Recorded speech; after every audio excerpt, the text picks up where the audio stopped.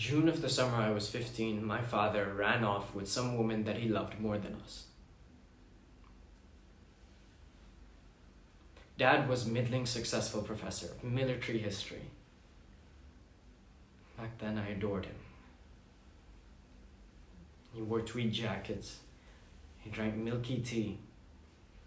He was fond of board games and let me win. He was fond of boats and taught me to kayak. He was fond of books, bicycles, art museums. He was never fond of dogs.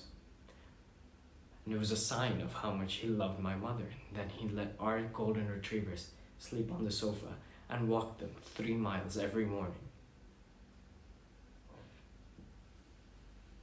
He wasn't fond of my grandparents either. And it was a sign of how much he loved both me and my mother that he'd spend every summer in Windermere House on Beechwood Island, putting on a smile for all the relatives at every meal.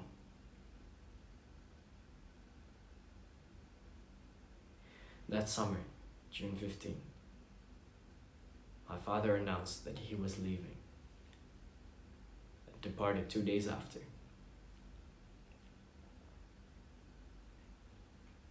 Told my mother that he wasn't a Sinclair and he couldn't try to be one any longer. He couldn't smile, he couldn't lie, he couldn't be part of that beautiful family in those beautiful houses. He wouldn't.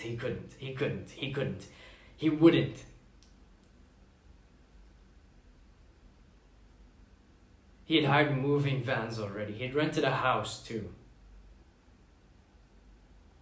My father put a last suitcase into the back seat of the Mercedes and started the engine.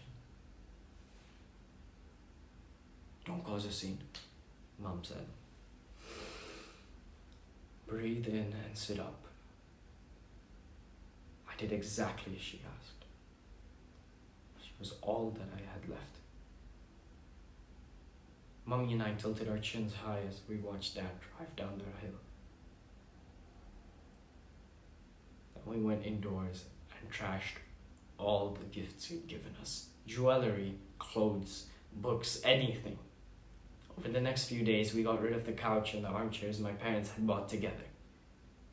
We tossed all the wedding china, the silverware, the photographs. We purchased new furniture. We hired a decorator. We spent a day walking art galleries and bought paintings to cover up the empty spaces on our walls. Then we packed our bags and went to Beechwood Island.